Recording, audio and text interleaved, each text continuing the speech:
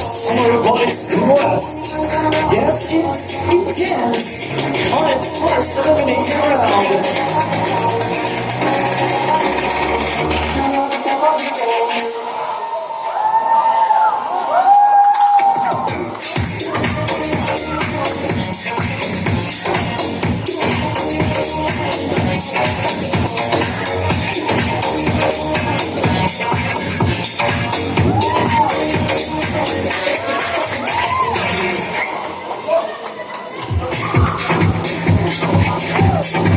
Suportahan niyo na ang inyong mga candidates. This is it, the final winner for our first elimination round.